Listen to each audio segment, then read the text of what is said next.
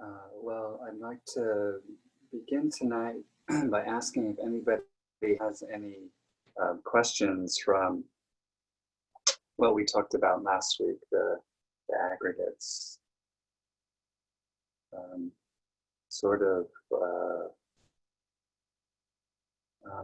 dry and intellectual, but it's knowledge that will actually be quite useful as you progress in your meditation practice. You can actually, over time, develop a more acute awareness while you're meditating of your mental states. And you can begin to sort of notice these aggregates arising, either arising or notice when they're absent. So, for example, when Dogen says body drops off, it's like the aggregate of perception is not there, and the aggregate of mental formation is not there. And you can notice these things. You can notice the absence of thinking, of the mental formation, and then, ooh, it's there again. And then you notice what that's like. So,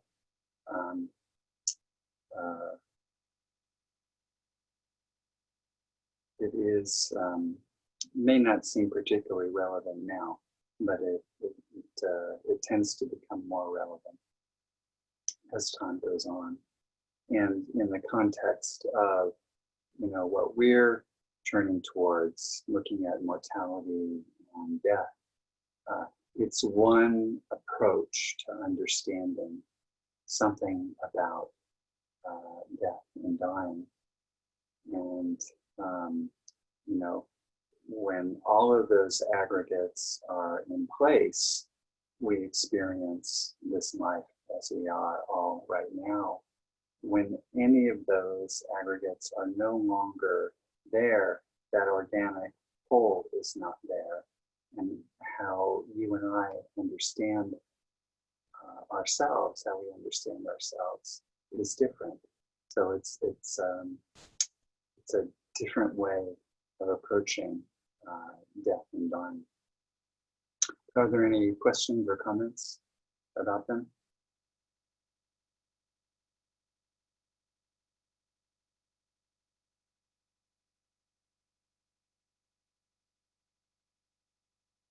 Okay. Well, tonight, since that talk was, it comes from Abhidharma, and it's the most esoteric aspect of Buddhism, so it's really intellectual. So I thought tonight that we would do something a little bit different and talk about death and dying from a Tibetan perspective, which is very, very interesting and colorful. So that's where we'll begin to turn our attention tonight. But I want to just review a couple of things that we've talked about before to put this all in context again, because when we look at these things in granular detail, sometimes we can lose the big picture.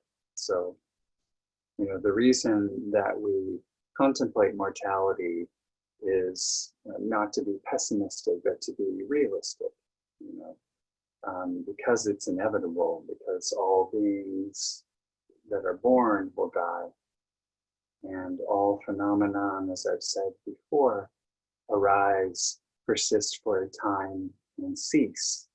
And that is every phenomenon in life, every phenomenon that are composed of these aggregates. It's the way they talk about it is all contingent phenomenon, contingent being comprised of the aggregates. All contingent phenomenon are impermanent. That's one of the three characteristics of existence, anicca. When we realize that death it's a natural aspect of life, it's very natural. It's nothing unnatural, although our culture sort of tells us that. I was talking with somebody else today about it, and we were talking about how when it comes to death or even illness, it's often looked at as some sort of weakness or failure if we're sick or if somebody dies. And from a Buddhist perspective, that's not the case at all. It's simply a natural part of the cyclic existence of samsara. So, when we realize that this life is finite, then we also can realize that what we choose to do with it, how we choose to live, is entirely our responsibility. It's absolutely 100% our responsibility. Coben said that, this life is a big responsibility, so naturally we sit down for a while. He was talking about meditation. Naturally, we meditate to understand what this is about. And when we recognize the limited, finite nature of our life, then that can help give us some motivation, right? Not to waste our time on things that aren't really important. So when we meditate, when we look inside and look deeply or penetrate deeply into the deeper nature of things, we can figure out what's important and what isn't. And we can let go of what isn't important and turn our intention and our action and our energy to what is important for us. So it can help us, motivate us, as we might say today, to engage in our spiritual practice, so that we can see into the deeper nature of things, so we can learn how to suffer less, or as the Buddha would say, go beyond suffering, to wake up to life as it really is, and not what we make it to be, according to our expectations and stories and narratives. And as I mentioned, understanding death will help us understand what this phenomenon called life is, what this existence is, what it's about.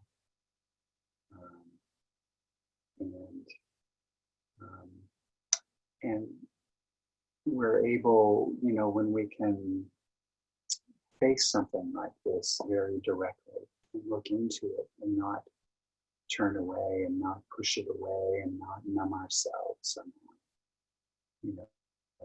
look at it and face it directly, understand it, see what it is. We also learn what it isn't. That is, as Coben once said, that is really true intimacy with life, when we can do that. When we can really be present to our life, be present to the life of others. All of it, the pleasant and the unpleasant, the easy and the difficult. So just a little reframe of what we're doing here and why we're doing this. But I want to, as I said, I want to talk a little bit about the what I'll call the Tibetan approach. Of course, there are many schools in Tibet, but I'm going to speak kind of generally tonight about them. And as you all know from now, we've talked about it before, in Buddhism, our existence is cyclic. They call it the wheel of samsara. You know, birth, life, death, rebirth. And the whole point of practice is to learn how to put an end to that endless cycle of rebirth and suffering, you know, because that is the nature of, part of the nature of living is dukkha. So the whole point of spiritual practice is to sort of get off the Ferris wheel of suffering, of samsara. And the Tibetans talk about what they call bardos. And bardos are intermediate states. It's often translated as. And there are, depending on the school, different sort of numbers of bardos, but most schools in Tibet recognize 6 of these states, and we're always in one of these bardos, one of these intermediate ongoing states. We're never not in one of these. And so the 6 bardos are waking life, just like we are right now. Meditation is another bardo, is another state. Sleep is one of the bardo states, the intermediate states. The process of dying is an intermediate state. What they often call the luminous bardo of dharmata, or the true nature of reality, or the essence of things as they are, is another bardo. And then the 6th bardo is often called the intermediate state, or the bardo of becoming, or of rebirth, the process of rebirth. And one of the books that I recommended to you on that list is called the Bardo Thodol. And that's, in English, it's usually translated as the Tibetan Book of the Dead, or the Tibetan Book of Dying. And it really looks very closely and explains in their teachings about the bardo of dying, the process of dying, the bardo of luminous space, and then the bardo of the intermediate state, or the bardo of becoming, which is that time after we've died and until we take another form in rebirth. So it really focuses on those 3 states. And there are meditation practices that lend themselves to each of these 6 different states. So in our waking life, mindfulness is a practice to help us wake up. So we can wake up during any of these, when we're in any of these bardos, any of these states. And mindfulness is a practice that we can use in our waking life. In meditation, concentration and stability. The point of shikantaza, of just sitting, of creating a peaceful and stable state of mind, of concentration. In sleep, the Tibetans talk about dream yoga, becoming active participants in the sleep. So lucid, it's a lucid kind of state that where we become agents in our own, in the sleeping state. That is another avenue of awakening. During the process of dying, awareness, being aware of what is happening to us as we are dying. In the luminous bardo, realizing what is happening, realizing that we are, we have died, and that what we are seeing, this incredible luminous light, is actually the true nature, our own true deep nature of our mind is absolutely peerless and luminous. So realization is the practice there. And then in the Bardo of becoming, of rebirth, there are certain things, and I'll talk about this more in a little bit, there are certain things that happen during this. And so we can be liberated through the hearing of certain practices. The Tibetan Book of Living and Dying by Sogyal Rinpoche talks about those in detail, of practices the living can do in order to help those who have died and are in these intermediate states. So we can be liberated through hearing, the hearing of if we're in that state. There's a point where we can block our rebirth if we are aware of what's happening. Or if we aren't aware and the process continues on, we can choose our rebirth. We can choose the parents to whom we are born. So, as I said, the Bardo Thodol, the Book of the Dead, has to do with the fourth, fifth, and sixth, the process of dying, the luminous Bardo, and then the Bardo of becoming. And so in these latter three Bardos, we have a precious opportunity to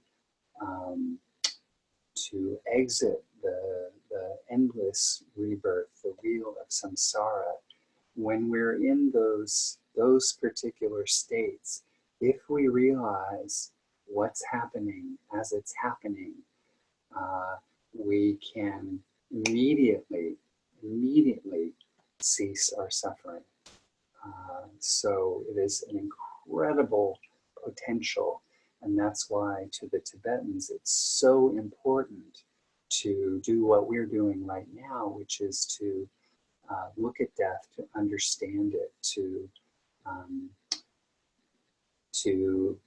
become familiar with the teachings around it, and so that when we are in those states, we know what is happening, and we can actually take advantage of this incredible opportunity to influence, to ideally not be born again, or to exit the wheel of samsara, as it were, completely, or to direct how our next life will be, how we will be reborn, with whom we will be reborn. So it's an incredible opportunity to escape samsara, which is why it's so important to become familiar with and to understand. And as I said, technically, we're always in one of these states. We're always in one of these. So we have endless opportunities to wake up.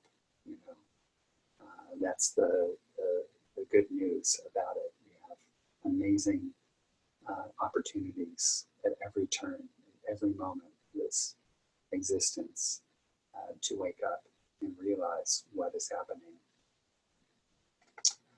So, so understanding something about these states is very, very important. And I'm not going to go into a lot of detail about them. I'll just mention a few things, and I would really encourage you to pick up Sogyal Rinpoche's book, the Tibetan book of Living and Dying.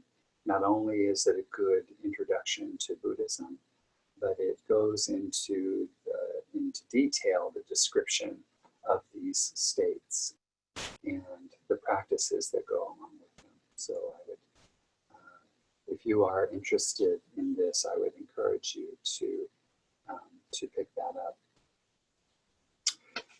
Before I talk about some of these bardos, I also want to mention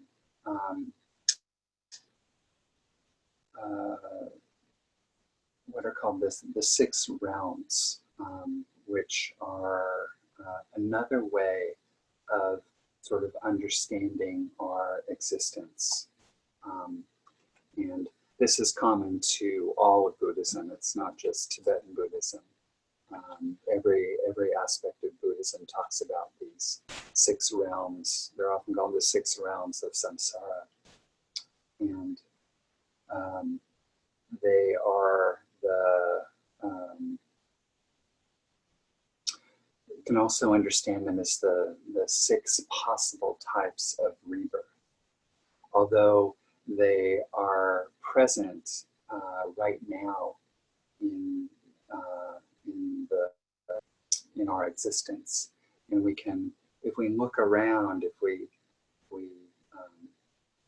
familiar with them, we can begin to see them in the world, and we can see kind of where people are at, because they're when I mention these, you might get an image of like, oh, I know somebody who's kind of like that. These 6 realms of samsara. One is they call it the God realm, and these are pretty highly evolved beings, but they still need the Dharma, and they still need the teachings in order to completely transcend the cyclic rebirth of samsara. So the God realm, the life is easy. You know, there's not a lot of wanting for material things.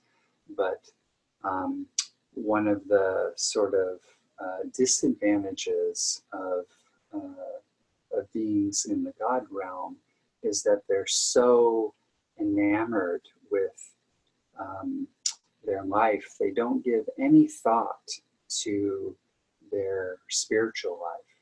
They're absorbed in their life, and maybe it's affluence, or maybe it is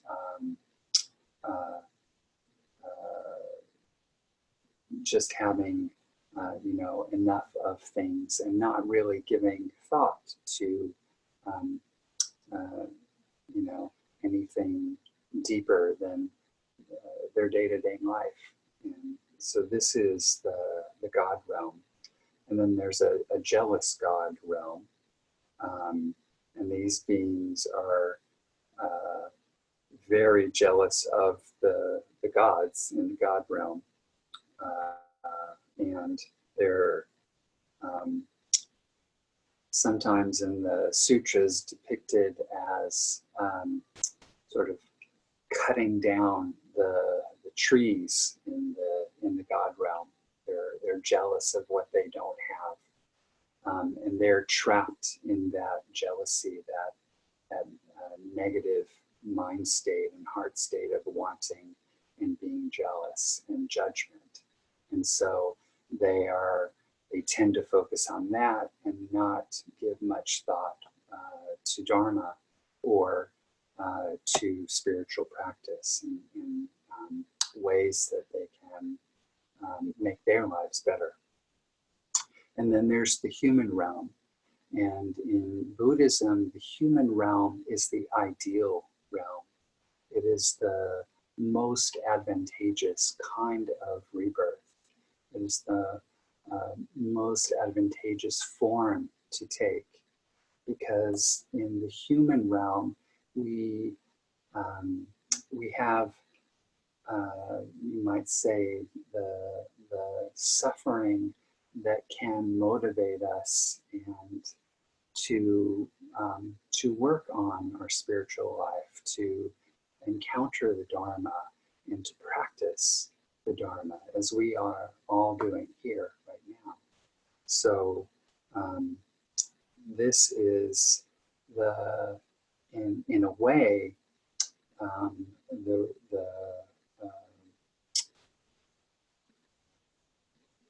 path that is most direct in exiting the samsaric existence, because we have the potential and the motivation to not only encounter the wisdom teachings, the Dharma, but to put them into practice and develop ourselves.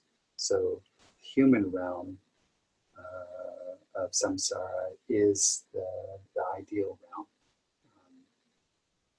Then there is the realm of the hungry ghosts, and these are the beings who are always hungry and thirsty, and often they're depicted as these beings with very, very, very long necks and small mouths, but they're ravenously hungry all the time.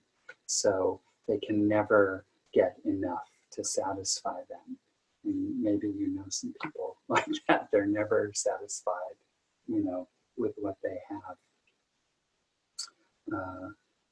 They get one thing and then they want the next, and then they want the next thing and then the next thing.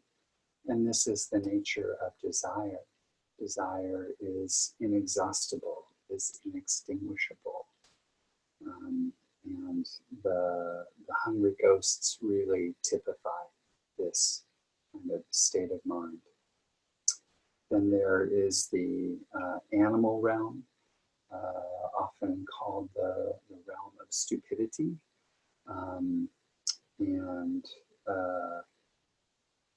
Even though these beings, they want to reach happiness, they maybe don't have the intellectual ability to be able to do so. Or they have some other sort of mental obstacles that get in their way. Very impulsive, very reactive kind of beings. That is the animal realm. And the final realm, the sixth realm, is the hell realm, where it is just extreme suffering, and people are consumed with, or these beings are consumed with anger and aggression. The hell realm has been described as absolute aggression. So people who are, or beings who are aggressive and violent and reactive and live their life in that way, you might say, inhabit this kind of hell realm. But it's very closely tied with aggression, extreme aggression and anger. So those are the six realms, as they're called, the six realms of samsara. Jeffrey, Yes. is the heaven realm the same as nirvana, or is a different concept? It's different. It's different. Nirvana is getting off of the wheel of samsara. And these six realms are all still part of samsaric existence, of endless rebirth. Nirvana, nibbana, whatever you want to call it, enlightenment, is transcending all of that. It's recognizing our true nature. It's recognizing our impermanence. It's recognizing that there is no eternal soul or self, that things are always in process, things are always changing. It is in Zen, we would say it's seeing your original face. It's realizing your true nature. It is waking up.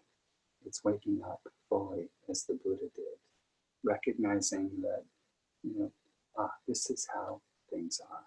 This is what it is. It's not the appearances. It's getting below all of that. It's seeing very deeply into the nature of life, not just the phenomenon. So that means that, correct me if I'm wrong, that since they're different, that means that this heaven is not forever, right? So you can be born in heaven, have a great time, but at some point you're gonna be die in heaven and go back to the cycle. I see. Yes, exactly. It's not like the Christian notion of Christian heaven that is forever. that is eternal or forever. It's not like that. It's not like that. Because in all of these realms, it's still subject to the, what we were calling the three characteristics of existence. So it's still part of that. It's still part of that endless cycle of birth, death, and rebirth, even if you were born into the God realm, or the jealous God realm, or the human realm, or the animal realm, or the hungry ghosts, or the hell realm. So it's not eternity. It's always changing. It's always changing.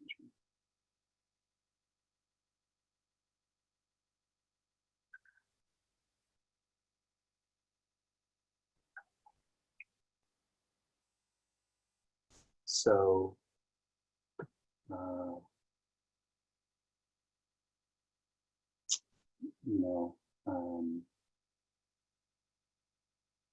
it may sound strange the first time you hear it that, oh, why wouldn't I want to be born into God realm? But the pitfall, if you will, is that there's very little inclination to do anything else but enjoy, right? What the way things are right now, and there's no thought, there's no motivation to change that, right? It's so pleasant. Why would you want to change it, right? But in the human realm, because we experience suffering, because we can see that things are always changing. We have the insight. We can see a little more easily and hopefully a little more clearly into the nature of things, where it would never even occur to us to do that if we were in another realm. If we're in the hell realm, we're consumed with anger and aggression. We would never even think beyond that. If we're a hungry ghost, we're just wanting to get things and to fill ourselves up with, in whatever form it takes. Addiction is the easy answer there, but it can take many, many other forms.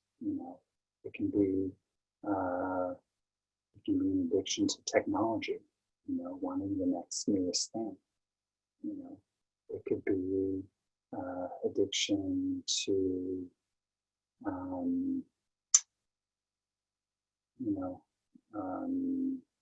decorating our homes.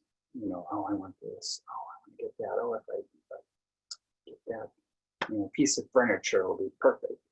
You know, whatever. It can take so many different forms. You know, or substance. You know, oh, if I just, you know, have another drink or another hit or whatever it happens to be, or if I just buy that thing on the internet or whatever, you know, then I'll be happy. And it never ends. Desire never ends. There's no end to it. The way the Buddha talked about it is a fire that cannot be extinguished. You know, it cannot be extinguished. So it's very dangerous and seductive to try and extinguish that flame, but it never gets extinguished. We're never sated. There's always more desire, even after we're full. Right? We've stuffed ourselves with whatever it is, and you know, we're sated for a little bit, but then there's the desire all over again. So there's really no end to it. The end to it is to cultivate detachment, is to cultivate non-attachment to fulfillment. That's actually one of the vows that we take as a lay practitioner or as a priest. I took those vows, and one of those vows is to not be a slave to fulfillment, you know, to not be a slave to desire, because there is no end to it. There's no end to it. So we have to find a way beyond it.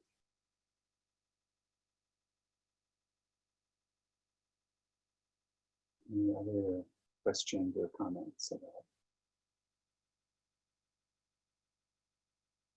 you know, so these preliminary remarks about the bardos, you know, the 6 realms?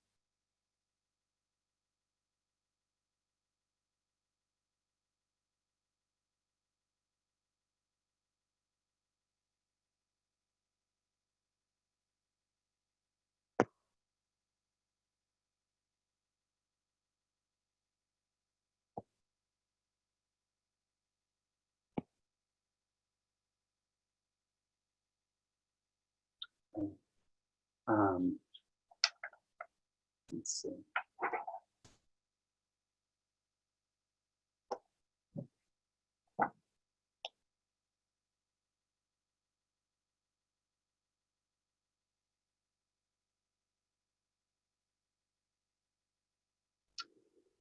If you haven't, and this is interesting to you, and you have the opportunity, on that list of resources are some videos, and there's a very good video about this very subject, and it is, I forget the exact name of it, but it's actually narrated by Leonard Cohen, and it's a wonderful documentary on the process of dying and what happens. It's a really good introduction to this. So I would recommend, if you have some time and interest, take a look at that video. It's on YouTube, and the link is in the references that I sent you. So you may want to take a look at that. It goes into, I've just sort of drawn an outline, but it goes into some nice detail, and it has some good visuals to go along with it. So you might want to take a look at that if you have a chance this week.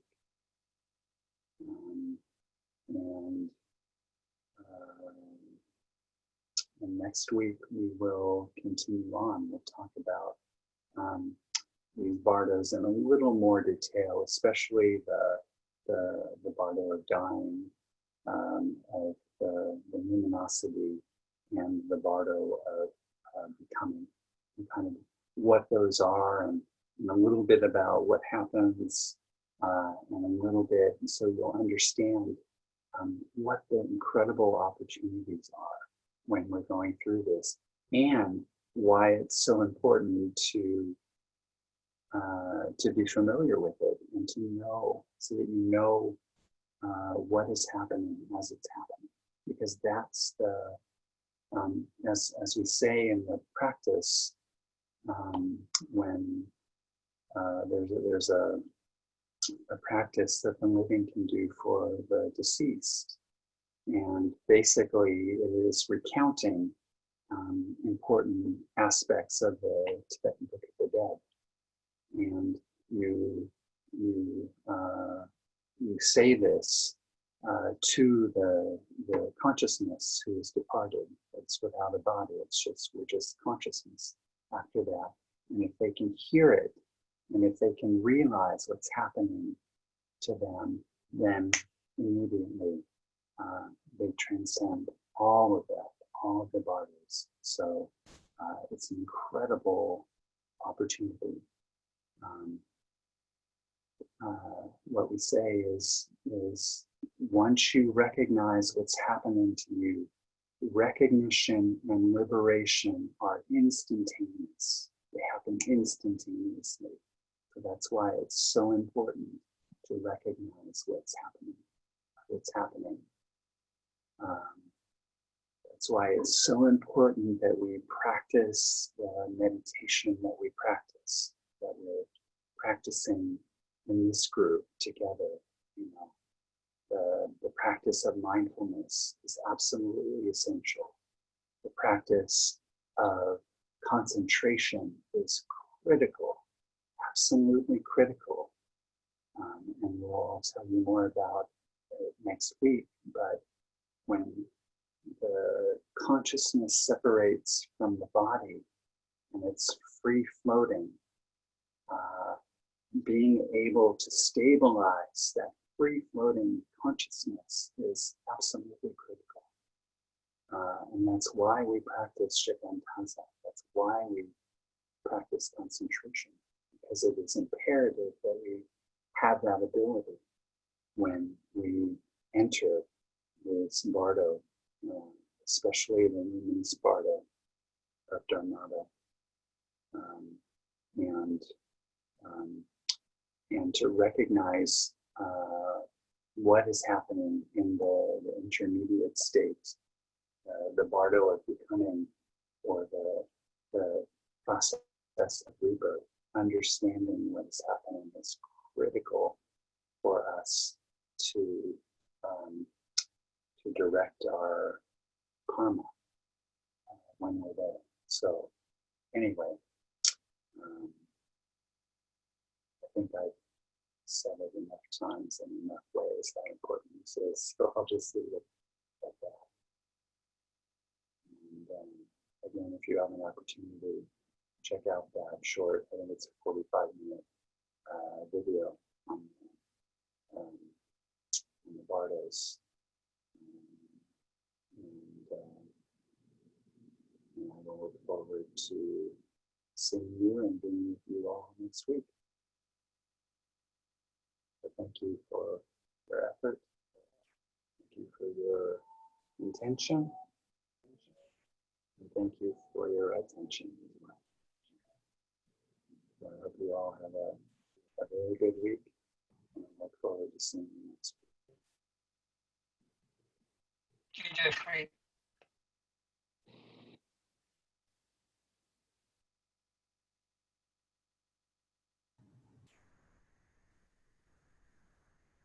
Thanks, Thank you, Jeff. Jeff.